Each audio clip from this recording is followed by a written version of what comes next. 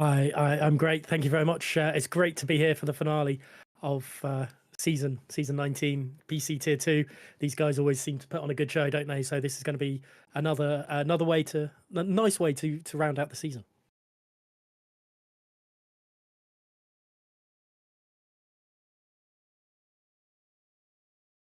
Right, I don't think my audio came through the whole time, so quick recap. Hello everyone, welcome back. Final round of the season here at Brazil.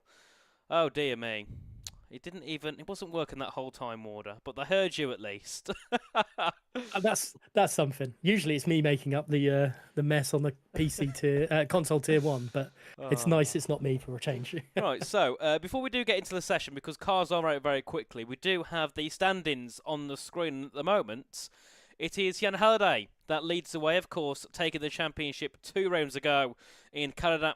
He sits on 154 points, and I believe he's not with us here tonight, so he won't be scoring any more points than the ones he has so far. Second place after having a back-to-back victory, it is Leo Lund. Then we have Keanu Latour in third, Yannick Schmitz on 70 points as well in fourth, and Danny Van Rooyen rounding out the top 5 on 58 points. So the gap between second and fourth would actually be nice if it was first to third, because we would have actually had a championship battle. But unfortunately, that was decided a long time ago, Warder, and now it's just about seeing who can try and get second place. Well, actually, I think it's about who can stop Leo Lund from getting on the podium again, because he's been absolutely incredible these last few rounds, hasn't he? He's what's that? A nice win last time out, a nice win at Canada when we were last on. He's looking really good. He certainly is, and of course, guys, please in the chat let me know how the stream looks. If everything looks good my end, I have made a couple of changes, so hopefully all looks well. But we're just on board here. William Stevens, who's made a bit of a mess up there into turn 10 and has had to back off on his lap, and we need to see who's actually going to be setting a lap time first, and it will be one of the Aston Martins. It will be Richard Sprogis, who has been away for a while due to an issue with his wheel and has got that all fixed, or was his PC, one of the two. He's got it all fixed. He's back again now. Let's see what he can set on the times. It's a 106.373 for Richard, and we'll see loads of times come through here. We've got Yannick Schmidt into second place, Leo Lund jumping up into second. We've got Diego, Tamash, Liam as well, popping up their times on the timing board. What about Tudor Presican here at the moment? Last jumps up into P4 there, so no one beating the lap time of Richard Sprogis at the moment, who still sits half a second from second place. Keaton Luck there jumps up into P5. I think that was one of the Red Bulls there. JSD into P12 as Balantella Kesh there goes into P8, and Larry Talkie onto the front row provisionally. And I've got to say, I'm a little bit confused here, Warder, why everybody went out so quick. It's usually... And they was all fighting as well. Yeah, this... Is it... It doesn't look like it's going to rain. There doesn't look like there's any overcast on... It's really sunny. So unless they are just desperate to get 4 laps in, it's only a short track. So it's like Austria, like last time out. So you expect 4 laps, but these guys just pushing it straight through, aren't they? They certainly are, and they've gone out straight away, got their first laps in, and, well, Justin is a bit to go about yet again and try and set a lap here on the board. Let's see, so Joe Marquardt is heading through the final couple of corners, but I don't know if he's on a timed run. He will be, as he will be heading to the finishing line here in the Red Bull, goes up into P9, at a thousandth quicker there than Zalambida in 10th place. Then after that, I'm not quite sure if anybody is on a lap. I don't think they are. So the next one will be Justin Ertz, who is currently in P19, of course, hasn't set a lap time yet. But looking at the gaps here, put the gap to leader on, you're looking at around 3 tenths between 1st and 10th, but only a 10th there between 1st and 6th, as Liam Stevens popped himself up into P6 there. Tony Atala threw himself into P5 as well. A very, very good lap time from Tony. He made it looks like there's a couple of drivers deciding a second install lap is required here, or they've invalidated early on and gone for a second install lap. But the times, again, I think it's every time we do it in Silverstone, we had literally people jumping over each other on times, and it's happening again tonight. Yeah, it is, and I think this track, it's expected, isn't it, Brazil? It's such a short run, you know, just over a minute. 1 minute 6 seconds is the track run here. It's very short. There's not that many corners which actually impact your time. So we do tend to see quite close lap times here. So no surprise that the top 6 are not even a tenth separated. And I'm sure that gap will start to come down and down as the laps get underway. Of course, we have got just over 12 minutes to go in this first, or the only qualifying session of the evening. And of course, we'll see at least 2 laps, I reckon, here before we head into the race. Well, I presume it'd be 2 anyway. Yeah, it seems like it. I'm just thinking. Well, we did see it flirting that it's going to be a wet qualifying, wet race by the host earlier on. I wonder if there is going to be any wet running tonight, because it's the sort of track that has wet weather, isn't it? You know, Sao Paulo's known for a little bit of deluge. Yes, it is. I mean, last week I was commentating over an event here at Brazil, and it started lap 1, rain, but the rain was going to stop by lap 3, so they all started on a set of medium or hard tyres. It was a very interesting start around Brazil, having everybody on slicks in the wet, but in the end it all played out well and it made a really interesting race. So a bit of rain around here certainly does create a little bit of excitement. I mean, even in the dry, it's exciting here. This is one of my favourite racetracks when it comes to just pure racing between drivers, when it comes to one-on-one battle and heading into some of the braking zones where not many tracks are like this. Brazil, you can go side by side in pretty much every corner. I don't think there's any other track on the calendar that you can do that too.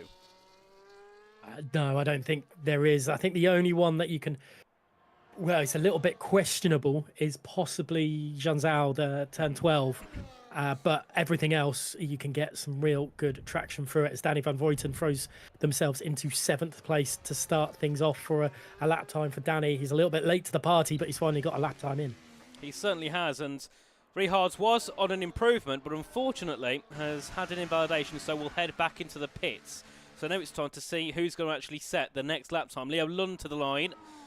Hasn't found an improvement. I think there we did see someone else jump up on the times. I think it was one of the Hasses. It would have been Igor Piasecka there, jumping up into P9, just ahead of his teammate by a couple thousandths of a second. And then we got Chida Prezagan, who's had an invalidation. What about Liam Stevens? In P6 at the moment. We'll follow him as he heads his way down towards turn 4. But surprisingly, we aren't seeing that many improvements after the first runs, are we? No, it's quite odd to have like no improvements coming in at this point in qualifying. Maybe invalidations are taking their toll on a few of these drivers, but at the moment it's all kind of quiet, which is rare to say in F124. Never mind at Brazil, when it's never quiet, but it actually is quite quiet at the moment. Nothing really happening. As I think it was Keaton Lutt there jumping up into P7 there with a 106.512. Next to cross the line will be a Mercedes, and I think Keanu was bailed out and has jumped all the way off the track just to not get in anybody's way, or I presume even though we have got ghosting on, you can still get an impeding penalty for qualifying interference. So that's why Keanu just decided to lunge himself off the circuit, as that was Joe Marquardt there jumping up into P12. What about Ryan Grob? Sits in P15 at the moment, has just headed back into the pit lane along with the McLaren and with the Mercedes. So I don't know if anybody is actually on a lap. Liam Stevens is heading through turn 4 now. Let's see what he can do. Let's go on. I'm trying to think where Liam Stevens is on the track. He's P6, isn't he? Yeah. He's slightly down on his lap time, but it's, 0.002. Plenty of time to be gained on this circuit. As long as you keep it clean. You make a mistake, and it's a funny one, isn't it? This track, you can lose a lot of time just by one small mistake. Yeah, definitely, because the lap times are that close. A 20,000th mistake could miss you 3 or 4 spots potentially, and you can see there Liam up by a 10th, and that's going to ruin his lap there. That massive slide heading out to John Sow, and that could bring it maybe just half a tenth. He'll be up by no. He bails out, so maybe that mistake cost him all of that time on that lap, so he won't complete that. But Liam Stevens would have been easily on pole there after being a tenth and a half up through sector 2.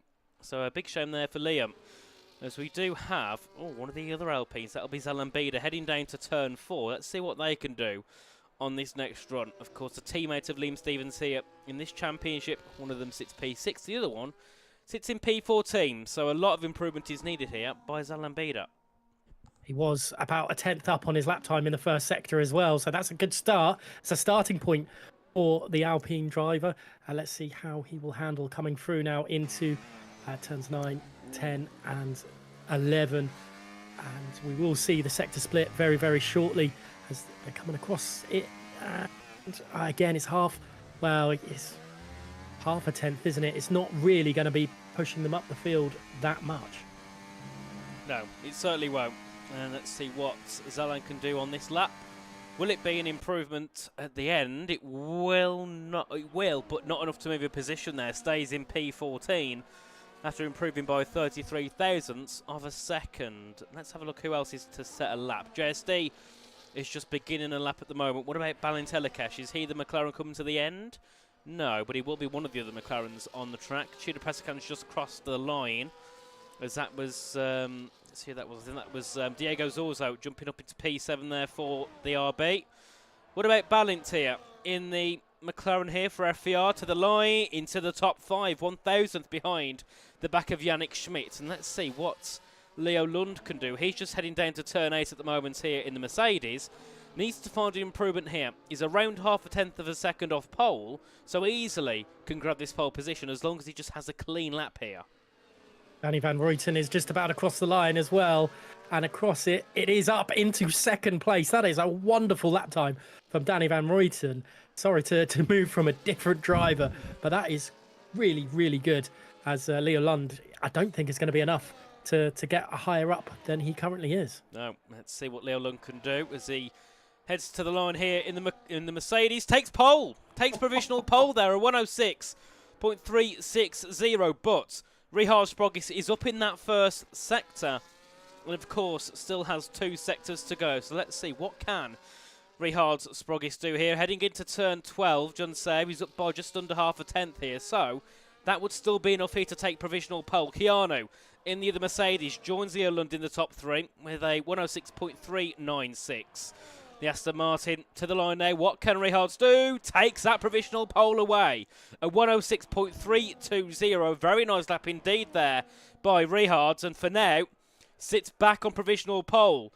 And that's the thing. Going into a qualifying session like this, Warder, where it's constantly changing at the top, in some sessions, you could be on provisional pole from the start and think, you know what, we might be safe to the end here. We might not actually drop that far down. But Richards, the lap he had, by the end of the session, that might not even be top 5 with how close the gaps are at the moment. So you've got to make sure that every run you do, you're constantly improving. And that is another example there. Liam Stevens straight to the top with a 3:13. A wonderful lap time from Liam Stevens across the line for Joel Martward. And it's quicker, but nowhere near enough to get themselves into that top 10, top 5 fight. But yeah, you were absolutely top with what you're saying about you just constantly need to improve, or otherwise you're not going to be in the top 5 fight for pole. No, you certainly will not. As we do see here, Keedan Lutt, I think going for a double out lap here. Of course, with the fuel, you can't select how many laps. So you select 5 kilograms. Around some tracks, so it might be 3 laps, for example. Around some, it might be 10. Obviously, that's not true, but, you know, theoretically. So that's why around a track like Brazil, which is quite short, you want to go again, get an extra 8 lap to burn some of that fuel. Because you have like 3 or 4 laps of fuel here, where at Bahrain you'll have just over 2, so you'll have enough to complete the lap. So that's why drivers are going for that extra 8 laps, so they can get that fuel burnt down, and they can, you know, maybe gain half a tenth. But around here, half a tenth is worth 6 or 7 positions in some places. Yeah, and that's the thing. You want to be pushing as well as fast as you can, and if you've got fuel in the car, that's going to make you heavier, isn't it? So these guys, they know every trick in the book, don't they? They certainly do. And I mean, they're going to spend days and days and even weeks sometimes figuring out what's the best way to take to a qualifying session, what's the best way to take to a race. And, well, around here, they're all going for that, or most of them are going for that double lap strategy. As we do see here, Ryan Grob heading back into the pits and looking in the chats. Sappy, welcome in, of course. Should have been here tonight, but unfortunately couldn't make it. Of course, I'm sure you'll be back next season, Sappy. So don't worry, all is in safe hands with me and Warder here in the commentary box. So at least you can sit back and relax and watch along while you're coughing your guts up. So Yeah, so we couldn't let you go through the pain because the last thing we want to see is Sappy dying on camera. Yeah, your health comes first, my friend. But yeah, we've got 2 minutes and 30 seconds remaining. Sappy, you know this league just as much as anyone, well, if not better than anyone else. Let us know who you think is going to claim pole tonight with the drivers we've got on the grid. But yeah, Nathan, it's close to nearly being up there. Well, it's close to being showtime. It is, and who's your guess for pole, Warder? I mean, I know we haven't done that much here this season, but from the names you can recognise, who are you going for? There's a few that I could put it down on, but the way Leo Lund is going at the moment, maybe it's to me it's between Leo Lund and Richard Sprogges, but Liam Stevens thrown in a cracking lap where people have got to match it. Indeed, I'm going to go for Liam Stevens. I know it's a bit the obvious one, being he's already on pole at the moment, but I feel like Liam's got that extra bit left to go again and find an improvement and maybe jump into the 106.2s here on his final run, as we do see Rihars has only just left the pit lane, so he's going for a very different strategy of going out quite late and just going for that one single run. So we are on board here with Tudor Pressakan, who is going to be the first across the line, but no, we'll be letting off to probably, I'll presume, go again here. So we need to find somebody who's actually on an actual lap, and we've got Yannick Schmitz here heading through towards turn 7 into turn 8. Let's see what he can do. He's up by a 10th in the first sector. So let's see what he can do in the final two sectors. Yeah, Yannick, and this is the bad thing. I completely forgot Yannick's in here. Yannick is no slouch either. There's so many good drivers on this grid. And he's harvesting, so maybe he's he's got to go again.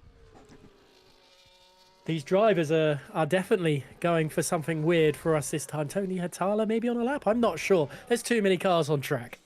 Well, we've only got 40 seconds to go, so they've got to get around quite quickly before they go again. Yannick is full throttle down to turn 1, so this will be his final run in the session. I need to try and find, maybe is it one of the Red Bulls on a lap? It is, it's JSD. Of course, former two-time champion here in WOR T2. I had the pleasure of commentating over him in Season 16 when he took a dominant campaign and beat Joris Krozen in the final race at China. And of course, this season has certainly not gone his way, of course. As we do see, Liam Stevens up to pole position there, a 106.294. And I knew that he had that little bit left, but the question is who's going to have that little bit more to try and take that pole away, as we do see the other Red Bull of Joel Marquardt up into P8. Tony Hietala out into P4 for FVR or Ferrari. As Tamas Kokani, P14, Justin Ertz, P19 for him. As we continue on with the lap times now, JSD stays 15th place as Tudor Pressakan onto the front row of the grid. Very close to taking that pole away as Richard Sprogges won't find an improvement here on this run. So let's see, what can Keanu Latour do? He's in P6 at the moment. He's the closest to going for pole, considering how he has been this season with qualifying. As we do see Danny there into P4 for Williams, and Yannick Schmidt there just behind in that 5th spot. As we do see Larry Tolkey finding an improvement, but only puts him into P6. Can Keanu take pole away? No, only the top 5 for him. What about Liam Lund? He goes into P4, so he won't be able to take pole position, and I think that might be it here. After Keaton Luck crosses the line and he's had an invalidation, and it wouldn't have even been an improvement anyway. Leo Lund, Richard Sprogges, exactly the same time. I don't know what it is about commentating with you, but it's happened again. What a qualifying there towards the end. But you were right with your pick. Oh, yes, I was. Oh, yeah, I forgot. Yeah, brilliant. I'll take that. And the commentator's curse for once not coming into effect. So Liam Stevens takes pole ahead of Tudor Pressakan in 2nd, Richard Sprogges in 3rd, Leo Lund, Danny Van Routen, Keanu Latour, Yannick Schmidt, Larry Tolkey, Tony Hietala and Joel Marquardt rounding out the top 10, just over a 10th. Separating those, then we have Valentin Lekesh, Igor Piasecki, Keaton Lutt, Diego Zorzo, Tamas Kokani, Zalan Bida, JSD, Ryan Grob, Justin Ertz and Luca Rapassa, who I believe has either got a quali ban or is going for a last to first challenge. One of the two. Yeah, one of the two. I didn't see anything in the chat, but in the inquiries chat, but it could have happened that way. I'm going to say that because I said Leo Lund and Richard Sprogges, that they decided to get exactly the same time because they didn't. Yeah, I don't know. Yeah. And we are leaving the session. Anyway. That's a surprise. Normally we just do a normal go back to lobby and start again, but no, we are going to go out of the lobby, create a new one, and jump back in. So while we do all of that, we're just going to quickly have a quick word from our sponsors.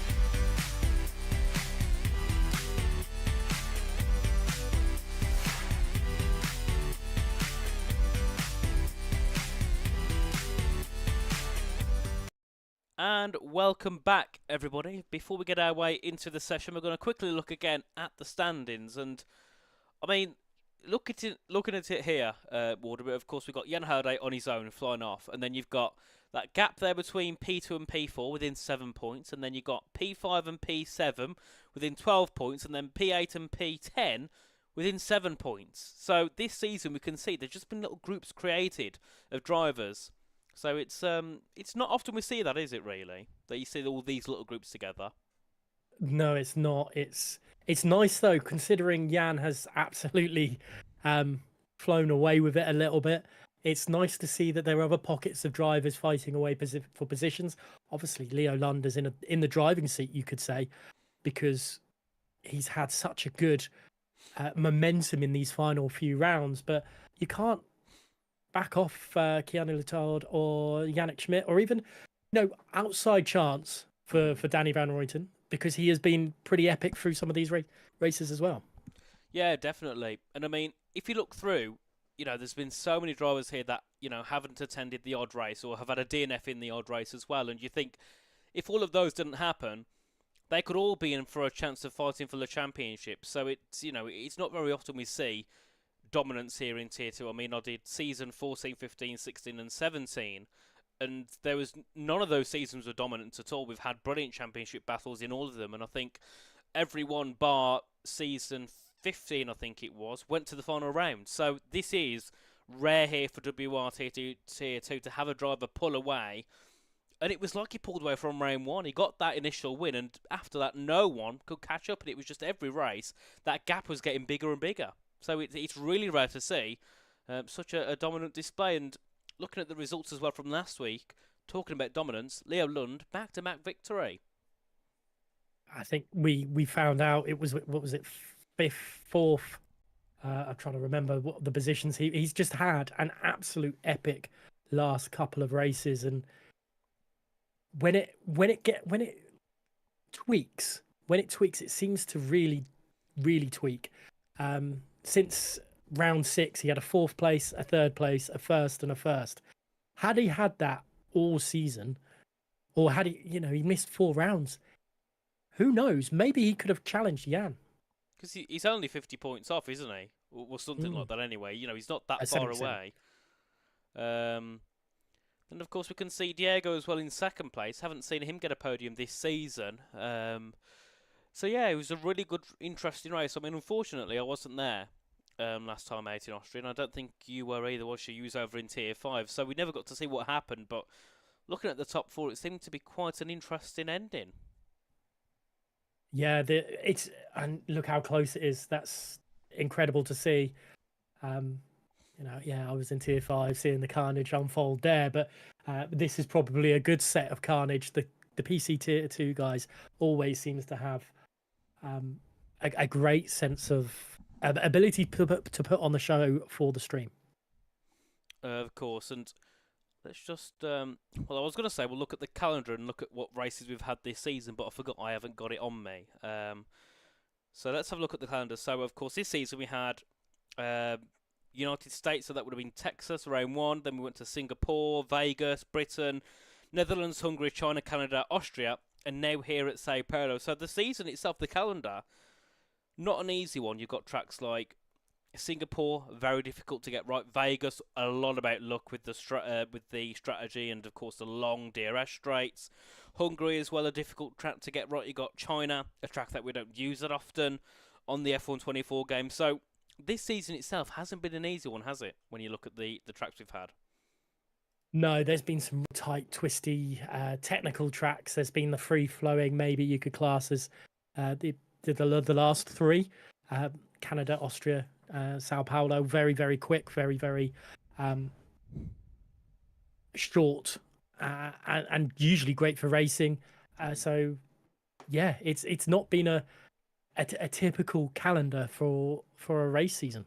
No, certainly not. And hopefully we haven't got too long to go before we head our way into the race. I mean, of course, 36 laps around Brazil. It's an interesting one. The first stints, so around the first 20 laps, don't mean that much because people are just going to be swapping positions, especially if you're in and around that top five. But once those pit stops come through and those undercuts and overcuts start to come into effect, that's when everything gets interesting because you've got multiple tyre compounds, you've got multiple different, disparities between the laps taken on those tyres. So there's a lot going on when you get into the final few laps of a Brazilian Grand Prix. So I expect a rather interesting finish. And of course, it is the final race of the season. So drivers want to be taking those victories, don't they, to end the season off on a high? Yeah, you want. It's odd to say you want that momentum going into the new season, don't you? You want to be able to I don't know, just feel good heading into a new season, and it helps with other leagues as well. If you have a good race somewhere, it perks you up and you perform better elsewhere. Indeed, and I don't know why my camera keeps zooming in. It keeps doing that. But no, of course, there's so many different leagues on this game. You've got team events, of course, these individual leagues and tiers. So, a lot of these drivers are doing 2 or 3 races a week, if not more. So having these good results in different leagues, gives them confidence, and it shows that they're not just going to win in one league; they can win elsewhere as well. So, yeah, it does help a lot when you can take a win or at least a podium, especially if you're not used to it. If you're used to winning, used to getting podiums, it doesn't matter as much. But for those that are normally back of the grid, a good result can really perk you up. So we have got everybody in, so I'm not too sure why we're not heading our way in just yet. But what would you think if you saw rain on the start? Would that be exciting, or is it a bit dull because it's a hard one, isn't it? I want an interchangeable race, and whether I want rain to start or not is I'm not sure. I think a start in a dry setup and then going into wet might have some incredible Yep. incredible action to watch. It certainly could. And Harvey says, "Would you rather?" Would I rather what, Harvey? Oh goodness! I Hello mean, again, Harvey. I've got to suffer a league with him on Saturdays that I'm driving, and he's a reserve. So if he says something bad, I might just take him out in that league. Goodbye then. Have pickles for legs or bread buns for hands? Pickles for legs because I can still have my feet. So it's just I'd be supported by pickles. If I had bread buns for hands, you wouldn't be able to do anything with them. They'd just be flat. And if they got soggy, they'd end up crumbling away. What do you think, Warder? I'm gonna go for pickles just because of Rick and Morty. Oh, it's not pickled Rick, it's pickled Nathan. What am I doing tier 2? Well, I wasn't meant to be, and neither was Warder until around 3 hours ago. But we're happy to ensure Sapitron gets better I guess. course. I can't remember who I'm filling in for. I know you're filling in for Sappy. I just turn Corey, I up and hope for the think. best. Corey, yes. Corey unfortunately couldn't make it to, from work, could he? No, he said he wasn't even in his hometown, so he's over the other side of the country at the moment, Oh, probably. jeez. So, poor guy. And, yeah, soggy hands, Harvey, because you've got bread buns and you go in the rain, then they're going to get wet. And bread, when it gets wet, goes all soggy and breaks up. It's a valid point to make. And watch it rain. I hope it does, to be fair. As long as it goes dry afterwards, or if it starts dry and goes wet, because I don't want a full wet race. And I don't want a full dry race. I want interchangeable conditions. But we have to our not wish, but I suppose it works, doesn't it? It does. It is a little bit. There's a little bit of deluge, and it's going to make it even more entertaining. Maybe someone can do a Max Verstappen drive tonight. I'm saying that because Luca Rapassa didn't qualify, did he? No. He's Dutch as well, so it would make sense. We'll see what happens here for tonight's Grand Prix. Of course, rain featuring here at the start. Going to make it rather interesting what happens towards the... Well, if it stops raining then, of course, then it gets interesting with the strategy, whether you go into mediums or hards. And maybe it's what we saw in RTG, where we saw everybody go out on slick tyres even though it was wet. That's also a factor to consider, which I didn't think was possible a couple of weeks ago. And we'll have a quick look at the race director. And it is showing, yeah, slick tyres. We've got softs, hard and mediums. And being as I'm seeing softs... Something tells me the rain's going to disappear quite quickly, so we could see a soft, hard strategy. This could end up being a very tentative start to the Grand Prix. It certainly could. And Angelo says, can we do golf? We can do golf later, Angelo. Yes, we can do it. After I've eaten as well, because I haven't eaten because I was meant to be doing this till about half an hour ago. So once I've actually had food, yes, we can play golf. And I'm not very good. I'm not going to be good again. I'm going to get, 14 strokes at getting the ball into the hole. That sounds weird, but you know what I mean. Right, so here we go. Final race of the season. We have 5 laps here in Brazil in confusing conditions once again. DRS straight away has been enabled. And Larry Tulke has... is in the lead, but he's sitting in P7. I'm hoping we haven't got an issue here with the lobby, because something to me doesn't look right. But Liam Stevens is in the actual lead of the race. And look at the cars sliding around. Rehal Sprog is down to P5 after starting on the soft tyres. Not great for Rehards as Tudor Pressacan moves up past Leo Lund. Is the medium compounded tyres the better tyre to be on because it's colder? Maybe that's... Usually you would think it the other way around, though.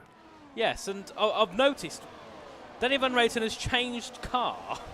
He's in an Aston Martin now. Surely, wasn't he in a Williams earlier? I'm sure. Yes. Well, there we are.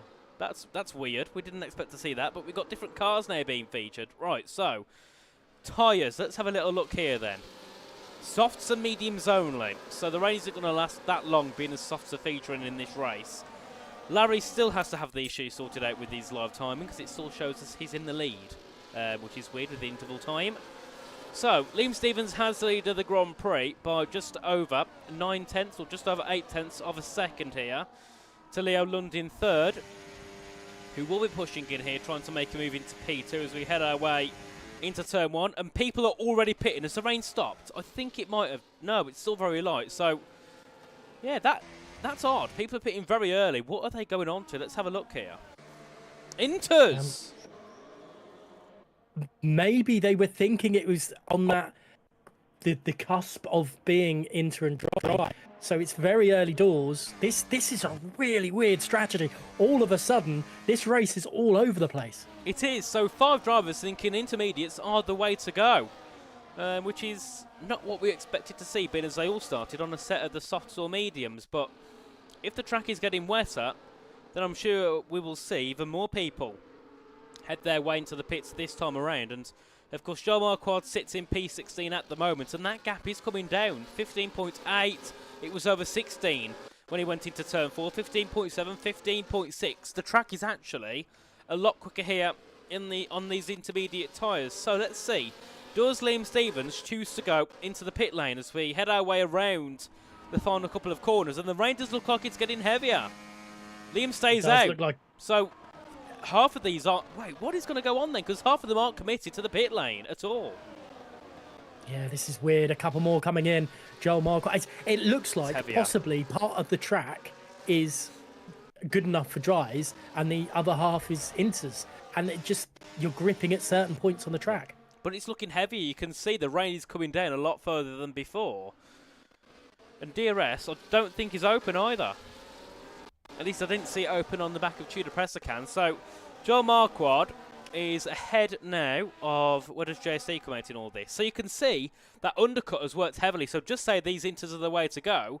JSD, 1 lap ago, was pretty much with Joel Marquardt. A couple laps later, he's now 3 seconds away. So if it is going to get worse, Joel Marquardt has played a blinder here in strategy. Because look how much he's gained, 1.5 seconds on the last lap. Yeah, this is... We don't know which way it's going to go, do we? We don't know if it's going to dry up, but it looks dry at Zhangzhou. It's a little bit of rain, but it doesn't. Oh, there's more now, but it was obviously just a camera angle. But these guys, they need to look about going into the pits and going on into inters because Joel is absolutely flying. Well, let's see if there's... Oh no, some of them, both of the Aston Martins stay out, so one of them has to go at least another 2 laps here. This is really weird conditions here. We never see this often at all here in WOR, where we see drivers going for completely different strategies. And when we say completely different, we're on about different types of tyres, never mind the compound of the tyres. So Joel Marquardt does take the fastest lap. And let's see where does he come out compared to Liam Stevens. Into turn 1 he goes. I think he's going to be easily ahead here of Liam. As we see where... So Liam's... Oh, that showed me the pit lane. Let's see Joel again. So he comes out pretty much side by side here with Liam. Wow, that is what an interesting race we've got on our hands. Liam Stevens is only 12 seconds behind Justin Ertz, so I think Justin's made a mistake. He's sliding through these tyres. It's inters weather. It's definitely inters weather. I know we know that. But and Leo these Lund guys have made a mistake. Has just spun round Joel Marquardt, heading in towards turn 10. Sorry, turn 9. A bit of contact, and Leo Lund hits round the back of Joel. Oh, it's all kicking off, isn't it? It is, as we do see Yannick Schmidt now going up into P11 ahead of Joel Marquardt. DRS has been disabled, so the track is now classed as wet. Rehards stays out. All those go to the pits here on the medium tyres. Let's see, where does Liam Stevens come out compared to these guys as we head our way down to turn 1? Remember, Danny, Keanu, Leo, let's see, names Tony, were all together at the start near the front. Now they've been left for dust here. Yeah, Danny Van Ruyten, I'm just seeing where he's going to come out in all this. He's going to be behind Joel. Is Zalan going to be able to get them? No, I don't think they are. But the overspeed's not going to be there. It's a little bit of a gaggle of cars for it, but they've lost positions. They certainly have, as we do see side by side. Larry Tolkien, Tony here, Tyler there in P12 and P13. So they head their way through towards turn 7 and 8. A little bit of understeer there by the kick, but does continue on quite fine as we head our way down to the braking zone into turn 8 and back to the left at turn number 9. And so far, so good here by everybody. Haven't seen many collisions here or many incidents at the moment. But of course, in these wet conditions, it's bound to happen at some point. So Richards Sprogis is in the lead. Surely he's opting to pit here because look at the gap coming down. Yep, 8 seconds here. It was 12 heading onto the lap and the tyres just aren't up for it anymore on these slicks. And we continue on. So Liam Stevens has the lead, but look how quickly the track has got wet here, Warder. You can actually see the puddles starting to form. This is incredible. And you start to wonder whether they all made a mistake without going on to inters at the start. It seemed like it was the way forward. But, you know, hindsight is a wonderful thing. But my goodness me, inters definitely seems so much quicker. It certainly does here, as we do see. Joel Marquardt gaining in on Danny Van Ruyten in towards turn 4. A bit of a slide there by Joel. Loses a slight bit of time to Danny. As we continue on down towards turn number 7. And I remember, I think it was, no, it would have been PSGL. We had Belgium and it came to the wet conditions and Danny started to struggle. And at the moment, That gap is a little bit, well, I'll say it was a little bit too far away from what he would have liked. It's came down by 4/10 since. But my point was, at one point, Danny was 8/10 back, and in these wet conditions, you don't want to be left behind by the others ahead. Because even though you don't get any advantage from being behind them, you do start to lose confidence when you see cars pull away, don't you? Yeah, and confidence in the wet is a massive thing. You start to lose confidence, then mistakes start coming into the race, and it's difficult to... You have to be focused all the time in the wet, whereas the dry, you can... It isn't wise, but you can afford to lose concentration once or twice, can't you? Yeah, definitely. You know, you can kind of shut your mind off a little bit, but in the wet, you've got to be on it 24/7, every single corner, every single lap. You've got to make sure you know that you're on the ball. As you can see, the rain getting heavier here. Look how heavy it is as they head their way through turn 3. One move there made by Tony. Another driver getting through as well, that being Larry Tolkey. And Tamas Kokeny drops down to P12 here in this race as we head our way into turn 4. Further afield, we've got Tudor Pressacan now pressing on the back of Leo Lund, who sits in second place. And of course, Tudor here wouldn't mind a podium in this race, but look how much wetter it's getting here. It's just constantly getting wet and wet and wet every single lap. And, well, I mean, we know that wet tyres don't really work around this track. It's only intermediates, but we're going that way, aren't we, at this point? I was going to say, what do you reckon? You know, wets don't usually like it, but are we going to see? Because going down, the first straight and down the Retta Riposta, it's nearly, well, you can barely see. Yeah, literally. I mean, unfortunately, I have all the graphics turned down low, so I can't actually see the spray. But I would imagine it's quite heavy heading down some of these straights in towards that first corner, as we do see Tony make another move, this time ahead of Zalambida. So into P9 goes Tony Hietala, and then we can see Larry Tolkey as well looking to defend off. Zalambida tries to go around the outside of Larry into turn number 1.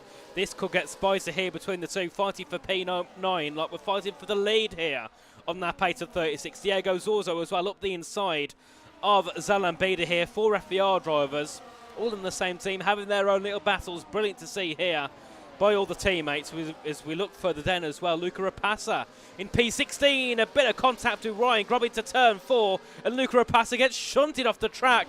I think there was a little bit of tie hook in there by the Ferrari, and unfortunately for him, he loses even more positions as they head into turn 7.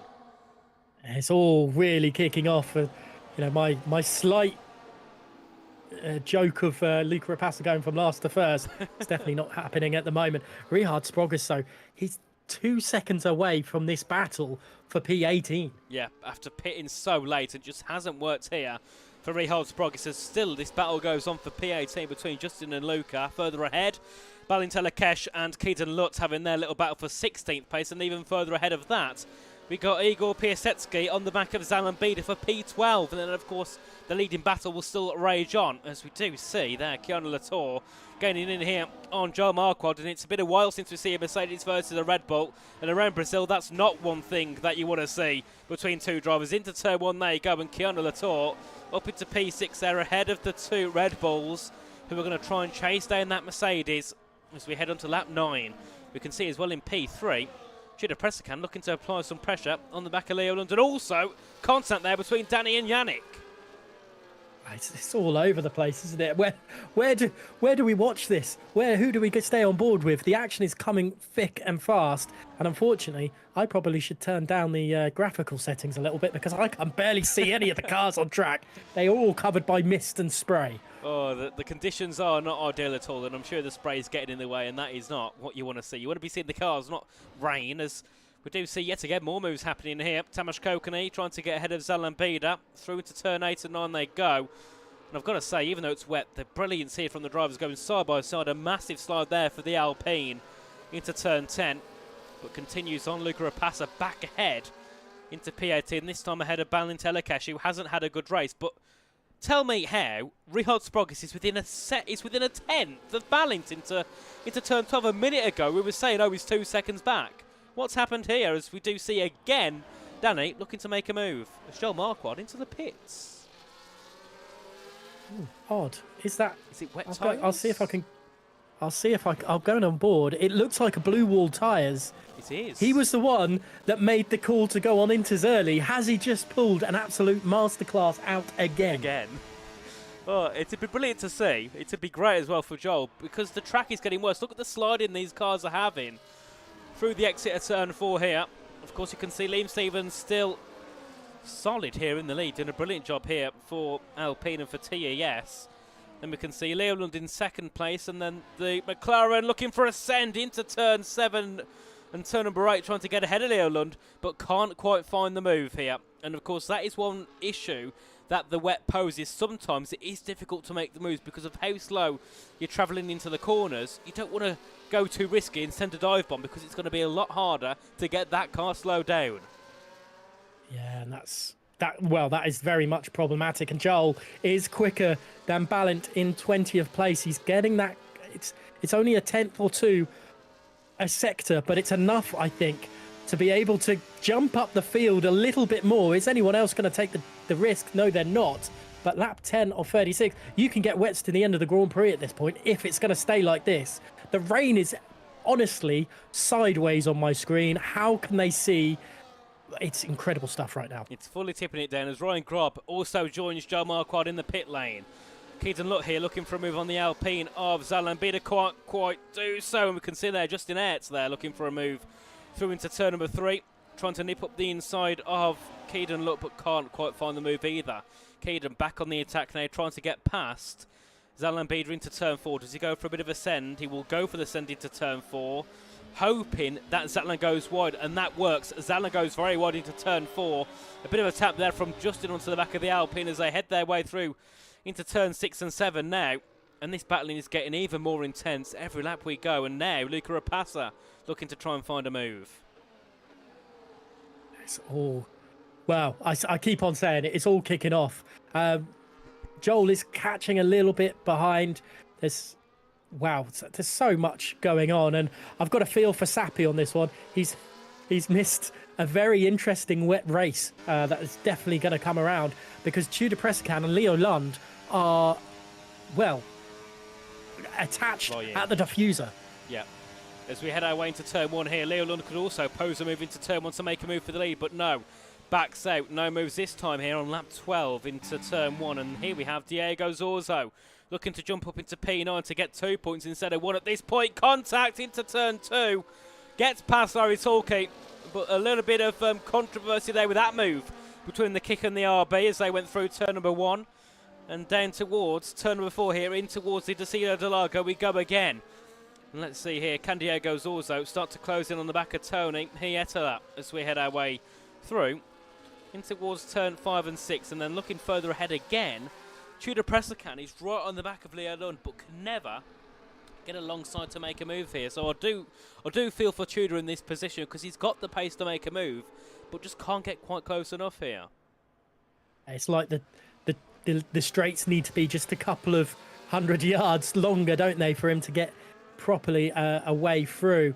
And I feel for Rihard Sprogis down in 16th place. You can see he's got so much more confidence and skill, and I've just seen him throw it up the inside of Zalambieda there, but I don't know if it's going to be enough as they keep on through from Magillo now, and it's side by side, and this is really, really tight, and they're both struggling for grip. They're still side by side through Jean Zhao, and that, if that's done, fair play to the both of them for not causing a crash. Brilliant battle in there between those two. Of course, the battle at the front still the same as it has been how many laps ago, but no moves being made at the front. As we head our way down towards turn 1 again here, the battle between Keaton and Tamash gets even more intense. Into turn 1 they go, and a brilliant move there by Keaton. Look, Luca Rapassa as well, further behind, looking to make a move ahead of Zalambida. Contact between the two, and Balint Telekesh is on the charge now, looking to try and find a way through in the McLaren. The Alpine and the McLaren go side by side down to turn 4. Let's see what happens here between these two. Do we see side-by-side action? Yes, we do, and brilliant move there by Balint Telekesh into P. That's going to be Tudor ahead of Leo Lund in P2. And now Danny Van Ruyten joins the battle as well here for second place, and it's all been thrown into the air here. Into turn 10. This is really, really tight. Danny Van Ruyten's trying to pick the bones off this one. He's gone around the outside of turn 10. He's going to follow Leo Lund through. Has Danny Van Ruyten actually made... He has. Tudor Pressakan is going to be so frustrated. He's tried so many laps to get past Leo Lund, and Danny Van Ruyten's just gone, you know what, that's my position now. I mean, at one point, Tudor's on the back of P2. Now he's on the back of P3, defending from the car in from the car in 5th place as we head our way down to turn 1 here. A big shame for Tudor Pressicam, but brilliance there by Danny Van Ruyten, picking off his enemies, and now jumps up into a podium place and looking to try and get past his Veloce Academy teammate. But of course, I suppose you could say Mercedes teammate, technically, being as the Aston Martin is a Mercedes engine, trying to get into P2 ahead of Leo Lund. Yeah, this is top stuff from the battle for the lead. Was at the top 6 at the moment. JST, he's just outside there as well. JST could get into this, and Jay will be hoping he can. Oh my, Tamas Kokeny and Rihard Sprogis contact into turn 4, and Tamas goes all the way off the circuit, and Rihard rejoins in 14th place there. Not quite sure what happened between the two, but all I saw is when I switched onto them, there was contact and one car shot off the track. As yet again we do see Tudor Pressicam coming back at Danny here into turn number 8. Tries to stick it around the outside, can't quite do so. And let's see as we head our way down to turn 12. Danny's had a poor exit though. Tudor's right on the back of him. Danny has a massive slide here. That gap is decreasing, but it increases again. It just looks like Tudor's got a little bit too much wing in the car here. And on the straights, the cars pull away. In the corners, he can catch up quite quickly. Yeah, and you've got Joel already all over the back of Ballant. He's past Zalan Bieda there. So the wets, he's going past. We don't like the wets. We don't understand the wets, but they seem to be the tyre to be on. They certainly do. They're working for once here around Brazil as Luca Rapasso jumps up into P15. Let's have a little look at that battle there. As he's got ahead of Tamas Kokeny. Tamas is still going to try and fight back against the Ferrari as they head their way down to turn 4. Let's see, do we see a move? No, we can't. We can see a move further ahead, though. One of the kicks, this time it's Justin Aerts getting ahead of Kiedenlut and jumps up into P12. We got a kick cast, 10-11, a kick cast, 12-13 as well. All together are the kicks on the Hasses. The kick are kicking the Haas, maybe? Let's forget I ever said that. 16.5 seconds is Joel Marquardt to the leader. So he's caught back up to this. It's not incredible, but it's enough, I think. I mean, it's going to be hard here. I mean, I don't think these will go to the end, unless they can, but I'm not sure they will. But if they do, this could work here for Joel Marquardt because he was so far back from the leaders earlier on, and now is on the back of Luca Rapasso. Just going on board here with Joel, you can just see how much more power he's got. But I think we might have a battle for the lead here into turn 1. I got optimistic, but never mind, nothing happened. Let's go back to Joel Marquardt as he looks to try and get ahead of Luca Rapasso. Ferrari versus Red Bull, intermediates versus wet tyres as we head our way down to turn 1. On board here with Joel Marquardt, pulls to the inside, and let's just see under braking. Way more grip here compared to Luca. Look at that, straight through. And Luca tries to swish it back, but can't. Brilliant move there by Joel. As we do see Ballington Zalan into the pits. Now, did they get damaged, or are they onto wets? No. Brand new Inters they're going for, so they expect the rain to calm down a bit. Interesting. Is that Tudor Pressicam up the inside of Danny Van Ruyten through turn number 8, and he's got the move done. And Tudor finally back up into 3rd place and will resume his attempt to overtake Leo Lund. Not that it worked the first time around of asking. We'll see what he can do. The gap's 4 tenths at the moment, so it's not the biggest gap, but it's certainly not the smallest gap between the two. As we head into Junso again. And back down towards turn number 1. And joining this battle, Keanu Latour has popped up onto the back of the top 5. He's in P6 at the moment. Of course, his teammate is sitting in 2nd. So Mercedes will be looking to score some decent points in this race. As we head our way down to turn 1, no move is made for P1, but there's a move made for P3. Van Ruyten sends it late into turn 1 and turn 2. A slight bit of contact there between the two cars, and I think Danny Fernandez got back into 3rd place. A brilliant move there by the Aston Martin up into 3rd, and these two are going to keep going lap after lap here. Absolute brilliance there by Danny Van Ruyten into P3 in the Aston Martin. Tudor Pressicam must be thinking what can he do to keep a hold of P3, sorry, because at the moment he just can't do it. I wonder if he's going to send it up the inside of turn 8 again. He looks it, there he is. I don't think it's going to be enough. There's a little bit of contact between the two of them, and they're off. Ooh, they're off the track. Oh! And that has allowed Keanu Latour through, and oh my goodness me, Yannick Tudor's Schmidt. down to 6th place. Yeah, Yannick Schmidt goes through as well into 3rd. We can see Tudor trying to battle back on the rear of Keanu Latour there into turn number 10. And Danny into P4 still, so stays in 4th place despite a little bit of contact into turn 8 between the two. Goodness me, Yannick must be rubbing his hands with that one. Well, not right now. His hands hopefully are on the steering wheel, but he must be thinking, you know what? Thank you guys. I'll take that, and I'll attack Leo Lund. And we can see here the rain looks like it's calming down, doesn't it? A little bit. I've got to say, it does look a lot lighter than before. It's not as aggressive. No, definitely not. And that gap between Joel and the others isn't coming down as quickly as before either. So I do wonder if that's because he's stuck behind Keedan Lutt, or if that is, or not. We'll have to. Ryan's gone back in the pits. He knows that the wets want the way to go. And to be fair, the rain is really light now, so I expect us to go back onto Inters, of course, but it'll be probably into here, I think, around Brazil. Unless it goes back to dry. Or dry. Could certainly happen. I wouldn't be surprised if it did, to be fair. I wouldn't mind that, to be honest. A little bit more spice to be added to us would be nice. But Yannick Schmidt is all over the back into Young Zhao, into Leo Lund. He certainly is. Let's see, what can Yannick do here? On the back of Leo Lund, looking to try and make a move. And it just seems like Leo's got a lot more straight line speed here, actually. Leo could look for a move for the lead ahead of Liam Stevens. Into turn 1 they go. Leo gets right on the rear of the Alpine, but doesn't even think about making a move, just sticks behind. Doesn't bother. It's like he doesn't want the lead right now. He's happy. He's halfway through the race. He's happy to stick behind Liam to see what he can do. He's clearing the water for him, so he'll stick there for now. He certainly is, as we do see there. Tudor Pressler kind of going up into P5 ahead of Keanu Latour. Brilliant move there by Tudor Pressler, kind of back into the top 5 in this race as we head our way down to turn 7 again. Liam Stevens has the lead, of course, ahead of Leo Lund and ahead of Yannick Schmidt. And this battle could still get even more interesting as Danny again looking to make a send. He's not finished with making these moves, is he? Or at least trying to attempt to make these moves. Danny Van Morrison wants to be on the highlights reel for the whole of this race, I think. We have I've just seen that Joel Marquardt has thrown themselves into the pits. Wets are off the car, and he's on to a set of Inters. He's probably going to go to the end of the Grand Prix now, while everyone else will pit, but he's so far behind the leaders that I don't think, he's performed one miracle today, the second one just wasn't able. No, certainly not.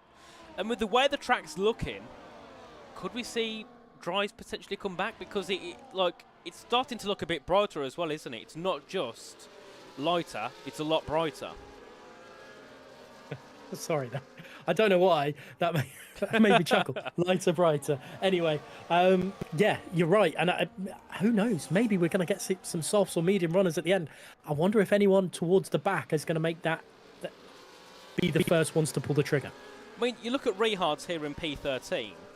I mean, I don't know how long a set of Inters goes, so anyone in the chat can tell me I'm wrong, but why wouldn't he just try and stick to the end here? He's 10 seconds off the leader. He's on the newest tyres in terms of those that pitted earlier on. Why doesn't he just try and get to the end? I think it's possible. It's possible. You have to be so delicate on the tyres towards the end, and he's already put a lot of pressure through that. Obviously, his battle with Tamas, Keedan, and now Justin Ertz. He's putting a lot of pressure on those tyres. I'm not sure they will make it to the end, but who knows? It's a possibility. You don't really need to pit again, do you? No, if your tyres can get to the end safely, go for it. Stay out. Let's see here. Yannick gaining in on the back of Leo Lund. Is it enough to try and think about a move? No, Danny into the pits in the Aston Martin. So he thinks that he needs to make a pit stop in this race, and we'll see if that undercut works here, going a lap earlier or maybe a couple of laps earlier compared to some others. Yeah, there's another set of Inters for Danny Van Morrison. We've seen the undercut work absolute wonders so far in this race. Let's see it work again. If Danny, well, it seems very much a race of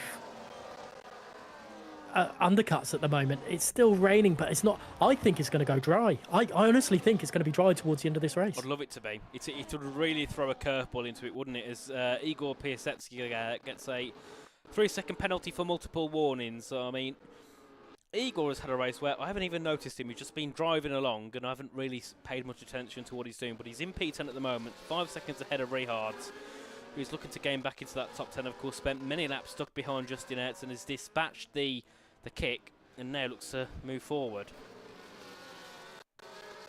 Yeah, he's 4 seconds off. You know, even after all that trouble with going out on or staying out on the dries for longer, Rihard's progress isn't that far away from the leaders, is he? No, he's certainly not. As we do see a battle emerging here.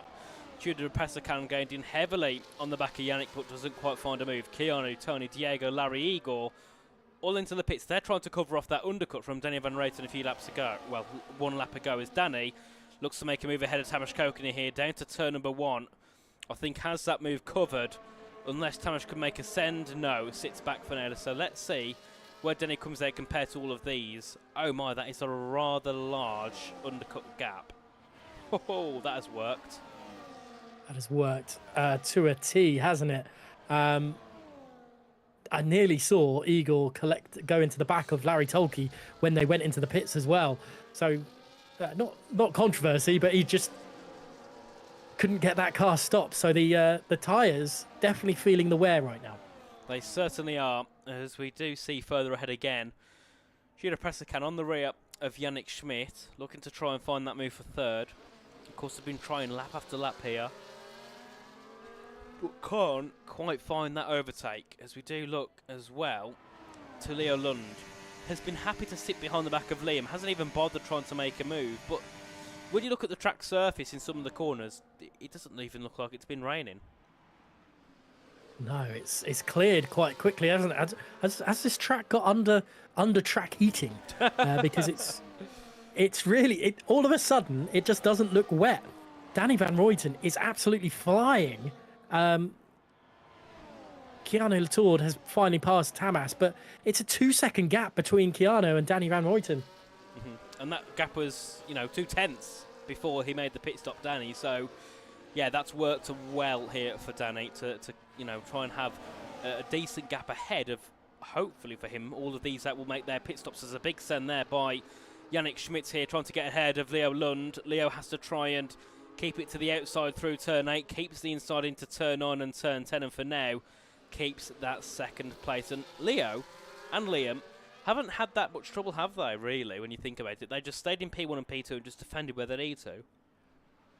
I don't actually think Liam's defended at all. I think he's had the easiest drivers at all, and he's in the lead of the race.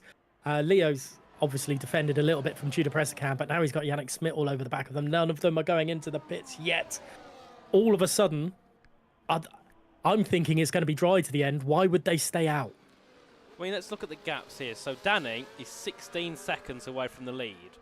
So if they pit, they come out behind Danny either way. So they've got to think wisely what they do here. Do they try and get to the end for 12 laps, or do they pit now and risk having to catch up so much to Danny on tyres that aren't going to be that much newer? Or it's dry. That is the case, and they'll have to pit for dry tyres. But then again, if it goes dry, wouldn't you just try and get the Inters to the end at that point?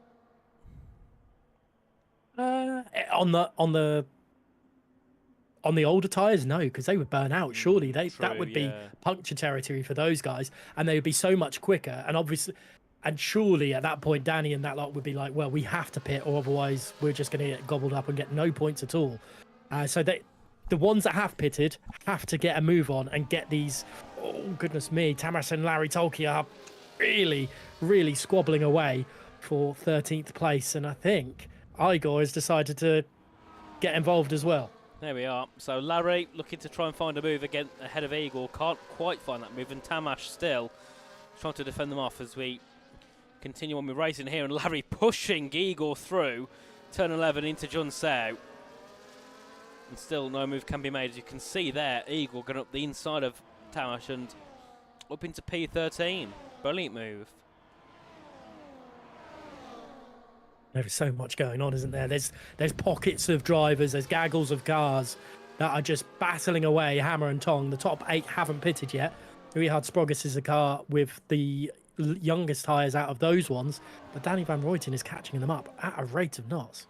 He certainly is. Let's look at the gap's leader again.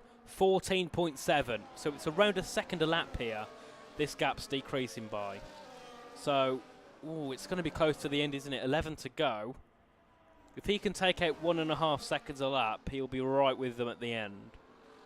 But if he takes if he just takes 1 second out a lap, that won't be enough because he'll be 2 seconds behind then. So he's got to just keep pushing forward here, as we do see Tamas Kokinen lose another position here to Joel Marquardt. But just see how light the rain is, and that isn't good for those on the old Inters. But I can't see them not pitting it. They have to go to the end. I can't see them pitting it. They have to go to the end here, don't they? They have to cement this strategy in. They've made their bed now, and they have to lie in it unless it dries up Or significantly. Or safety car. That's a very good point. But at the moment, a fair play to everyone. They're battling away, and there's not really been any major incidents to cause a safety car. No. Hopefully, I haven't just commentator cursed it. Jinx it. In a minute, we'll see a car fly off upside down into the wall or something. Oh, dear me. That'd be our luck, wouldn't it? But, I mean, to be fair, a safety car would spice things up here because Danny then would just stay out, wouldn't he? He wouldn't bother pitting, but... Yeah, the rain's still getting lighter and lighter as the laps continue on. 10 laps to go in this Brazilian Grand Prix. Of course, it is the final round of the season. So this is the driver's last chance to try and find that victory and find a podium. And that gap here, 26 of 36, has came down to 12.7. So it's so close here for Danny, isn't it? Right on the cusp of having enough gap at the end. It's only going to get worse for the drivers that haven't pitted as well. Yeah. Danny Van Ruyten, he knows what adds 11 laps onto those, 10 laps onto those tyres. He's on. Oh, they're pitting. There's some pits. Well, DRS has been enabled. So is it going to be dry tyres here to the end? Oh, goodness me. Has Yannick, has Liam, has Justin all produced?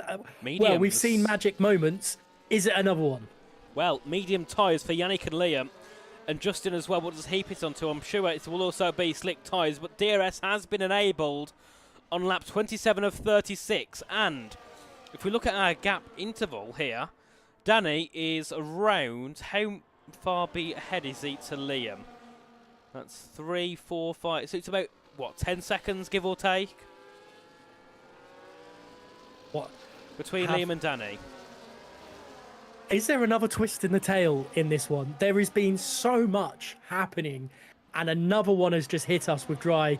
I'm glad to see DRS enabled, but my goodness me, it is still wet, and with it being wet and slick tyres, it's still possible to slide and slip and ruin your race. Yeah, you can also make, it's a lot easier on these tyres to make mistakes than it would be on Inters. So that's one thing these drivers have to consider. As Leo Lund pits, Tudor Pressacam pits, JSD also into the pit lane. But Liam Stevens has lost time to Tony Hietala on that last lap.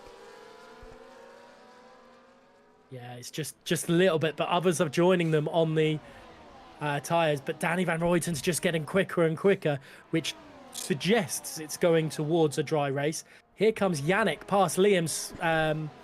Obviously, the DRS would have helped him get past Liam Stevens.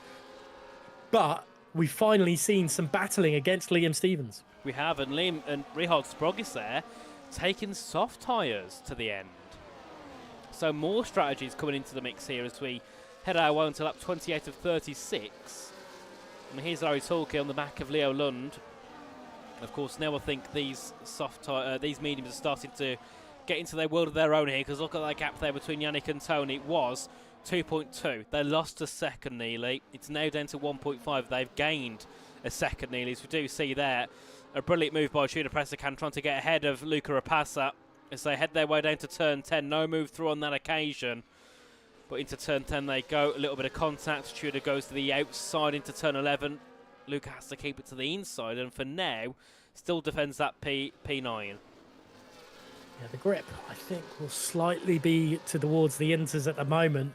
But in clear air, the dry tyres will be much better. Keanu Latour pits, but it's Yannick Smits has only gained 0.3 of a second into Danny Van Ruyten in a lap. As it's very, very close between Luca Rapassa and Tudor Pressacan and Joel Marquardt as well. It's on the cusp of dry inters.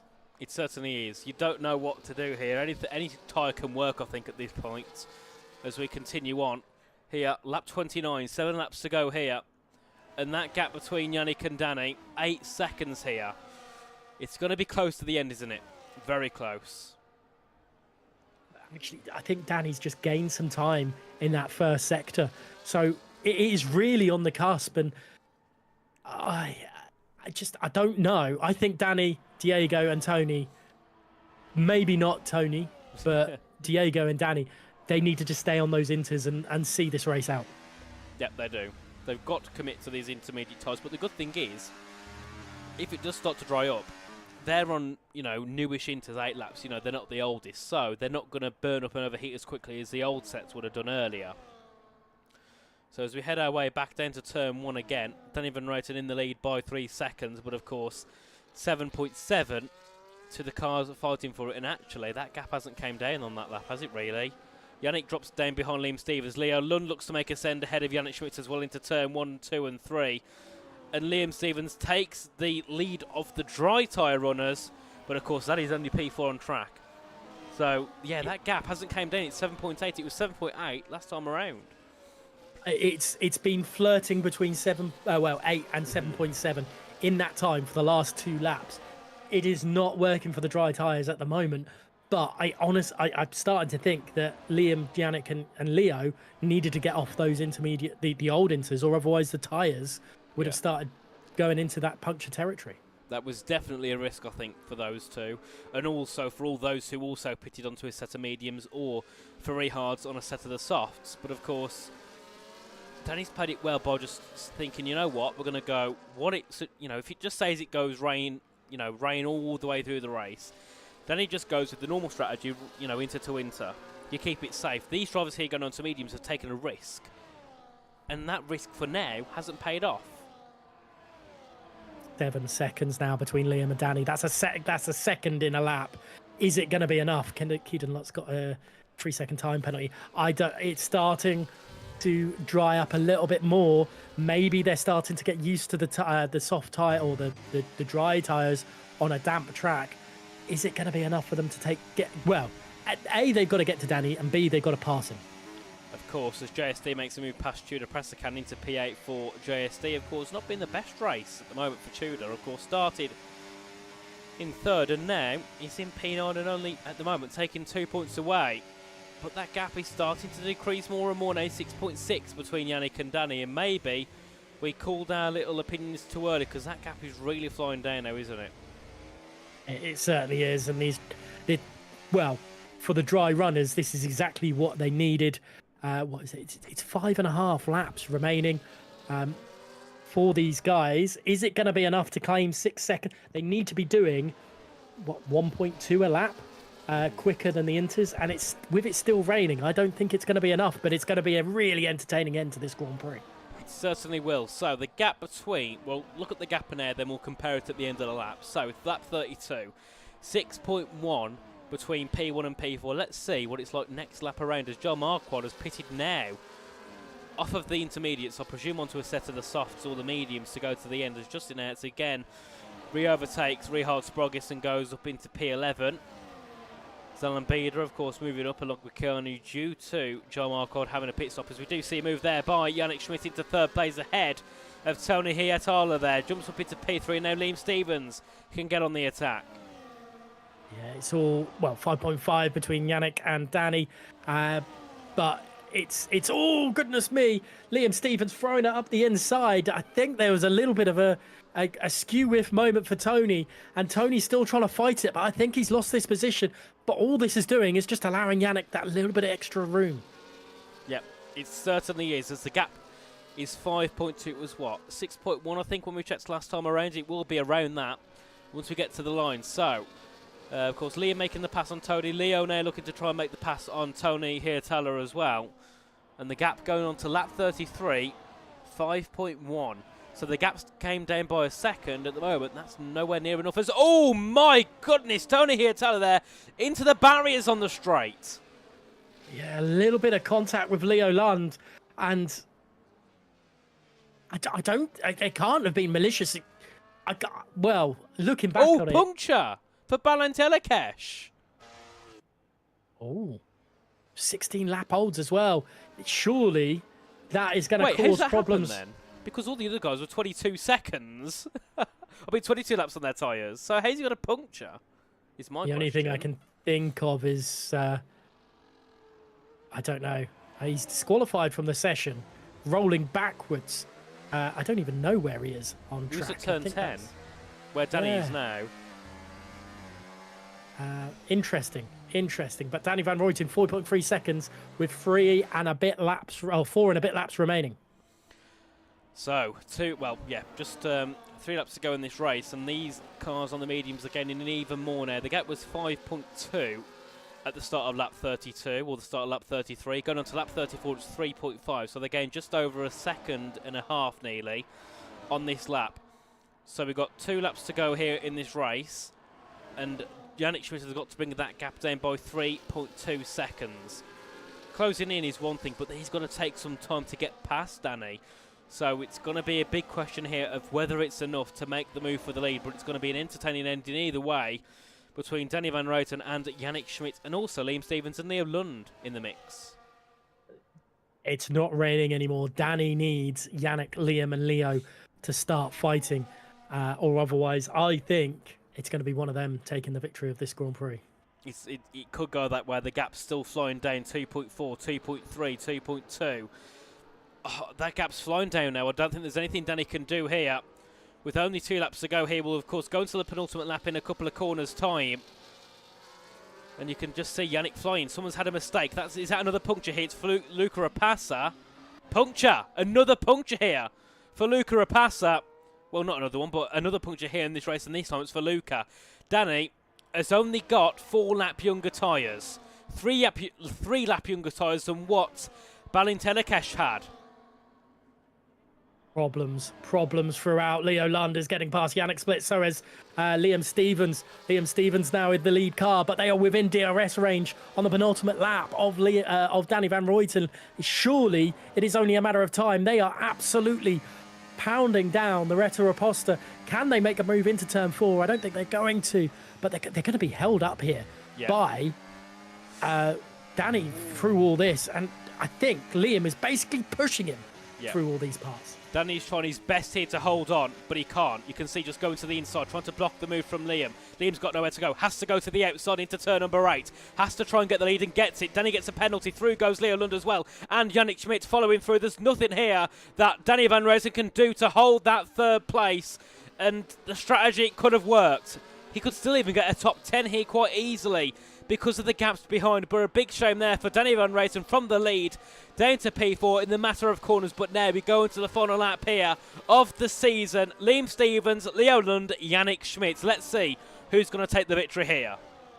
Who is going to be the bravest of these 3? Yannick Schmidt led this for a little while, this trio, but it's Leo Lund that takes the lead of the Grand Prix from Liam Stevens. Liam Stevens led so much of this race, but at the moment it's Leo Lund that looks like he's going to go free on the bounce right now, and that would be absolutely incredible. What a way to end the season for Leo Lund if he's able to do it, but he's got to defend down the Retta Reposta from Liam Stevens. There's nothing to it at the moment into turn 4. Of course, and Leo Lund winning the last 2 races, the Canadian Grand Prix and the Austrian Grand Prix, looking to go for a triple crown here in WOR Tier 2. Liam Stevens without victory here this season. He's looking to try and claim his first in Tier 2 as we head our way through and towards turn 7 and 8. I think we've had another puncture or another issue for a car further behind. That might just be, I think, the retired car there of Luca Rapassa. But of course we head our way now down to turn number 11 and turn number 12. The top 3 separated by 4.5 tenths of a second here. And this is going to be a close one to see who takes the victory. A bit of a slide there by Yannick Schmidt, and Leo Lund is going to be on the battery. Liam Stevens will be on the battery, and it's going to be who's going to get the best slipstream to the line. Yannick's going to close in, but it won't be enough. It's between Leo Lund, it's between Liam Stevens. Who takes the victory? And Leo Lund wins here in Brazil. The final round of the season, 3 in a row. And Liam Stevens taking second place, and Yannick Schmidt finishing on the podium in third. A brilliant ending to this race. And even though it all went to fail for Danny, he still got a P6. Fair play to Danny Van Ruyten to well, continue through that one. Liam Stevens and Leo Lund at the end. Well, Leo Lund's car is now in pieces. Good thing it's at the end of the season. But my goodness me, what a way to end this one. And, you know, Liam Stevens is, well, so close. Look at the pile up at the end. All the cars that finished, they've all just smashed into each other and got damage. Oh, goodness me. Oh, goodness me. Oh, goodness me. What is that? Oh, my. Oh, and Salenvida doing some P18 laps. No victory lap here. Oh, sorry, donuts. No victory donuts here for Zalan. P18 donuts. As he crosses the line to claim 18th. That's a lovely, lovely photo that we've got of just cars absolutely dancing around. Yeah. No comment. Just no comment. Oh dear me. Right, so what an ending! Brilliant to the a brilliant way to end the season. And it was Leo Lund taking 3 in a row. And just imagine if he was here for the whole season, what could have happened? Definitely. Would Jan have been? I mean, Leo's been amazing these last few rounds, and it's great to see from our point of view. But you know, would Jan have been worried about him? He's raced against him. He's lost some races to Leo Lund. But was Jan just thinking, I've got to make sure I finish in the highest space possible and not actually fight Leo properly?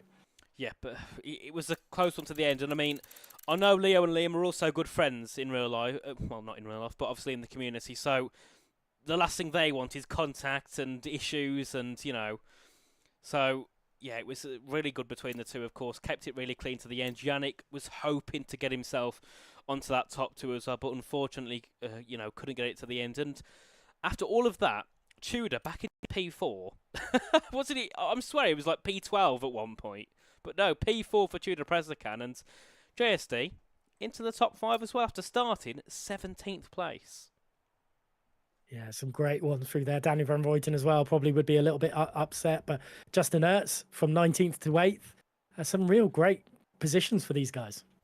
It certainly is. And let's see if any of them will pop in for an interview. We'll pop it onto the interview screen at the moment, and we'll have we'll tag Liam, Leo, and they're in the in the waiting room. So we'll drag them both in.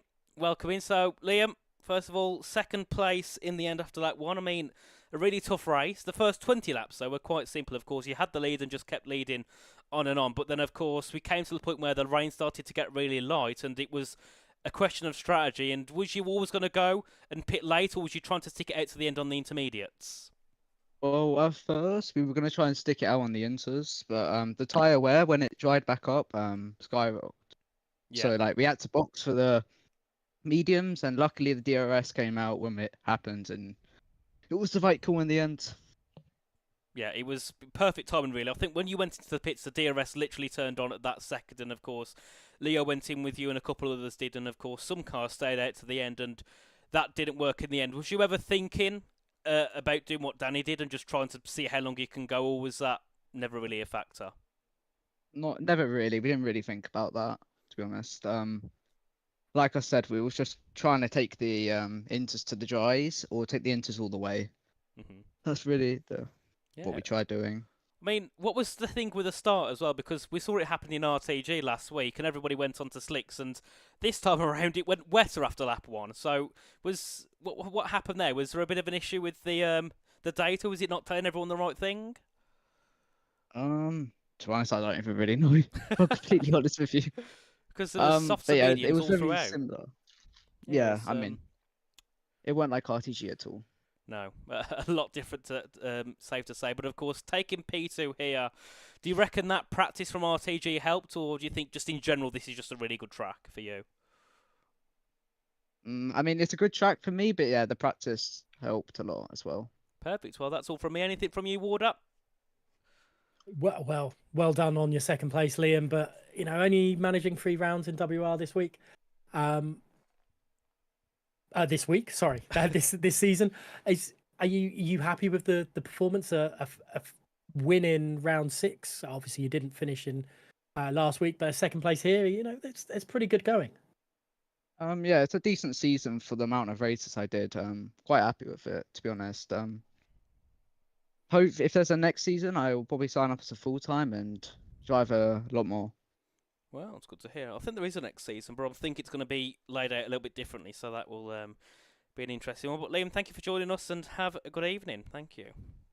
You too. Goodbye. And next we will have Leo Lund. So, back-to-back 3 wins. Do you reckon that if you was able to... Well, did you attend all the races this season, first of all? Because I don't remember.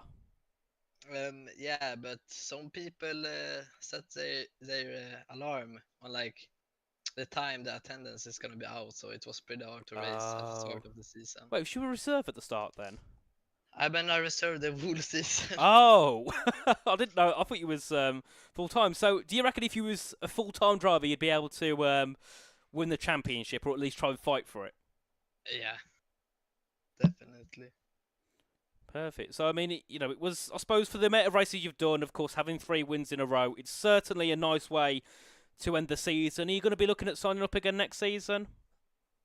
Yeah, probably as a full-time driver. Well, it'll be great to see. I mean, of course, it's coming to the end of the game. People aren't going to practice as much, so it'll just be more of a casual thing, I would imagine. So, yeah, hopefully the racing next season still is top notch. But we're going to have to let you go because I've got to quickly end the stream off. So, Leo, thank you for joining us, and enjoy the rest of your evening. Bye-bye, you too. Bye. Right, Well done, Leo. there we go. And I need to leave, so I need to end the stream quickly. But, of course, a brilliant way to end... My camera's zoomed in again. Of course, a brilliant way to end off the season. It's been a brilliant season here in Tier 2, of course. Me and Warder have been together, I think, 3 times this season, even though none of them was ever planned until around 10 minutes before. But either way, it's brilliant just to jump into the commentary box. You know what you're going to see from these drivers. Brilliant racing. Of course, the engineers in the background as well, getting all those great, setups sorted out, ready for the conditions, and also having the great strategies as well for the drivers to take. So it's been a brilliant season of racing once again. If I'd have to say now, who would you pick as your driver of the season? I know it's hard for us to because we haven't seen much, but who would you go with from what you've seen? Well, from what I've seen, it's so easy to say Jan because of his domination, I suppose. Mm-hmm. But Leo Lund has been amazing. The one that I've been impressed with, and I don't want to say driver of the season, but the one I've been impressed with the most is Keanu Latour. I think he's been brilliant every time I've watched him. Pretty clean, really clean, showing some good fights. Yes, definitely. And the camera keeps zooming in again. I don't know what that issue is. That's really starting to annoy me. But yeah, for me, I've got to say, I think Jan overall. But if I've got to look at just individual drives, I've got to go with Leo Lund because he's been superb all season. Every race I've seen him in, he's done a brilliant job. If not win, he's been on the podium. And considering he's been a reserve, he's not going to practice much because he doesn't expect to race half the time. But yeah, it's been a brilliant season. Of course, thank you guys for joining us. Of course, season 20, I presume, will be back. And in a few weeks, maybe about a month's time. Of course, ready for the ending of the F1 24 game, finally. I didn't say that. But of I'm course, glad guys, you said it. but of course, Warder, thank you for joining me. And of course, thanks to Sappy and Corey, who've led the broadcasting booth here this season. And of course, we'll be back for tier 20, season 20, and hopefully a few weeks' time. Thank you all for joining. Bye-bye.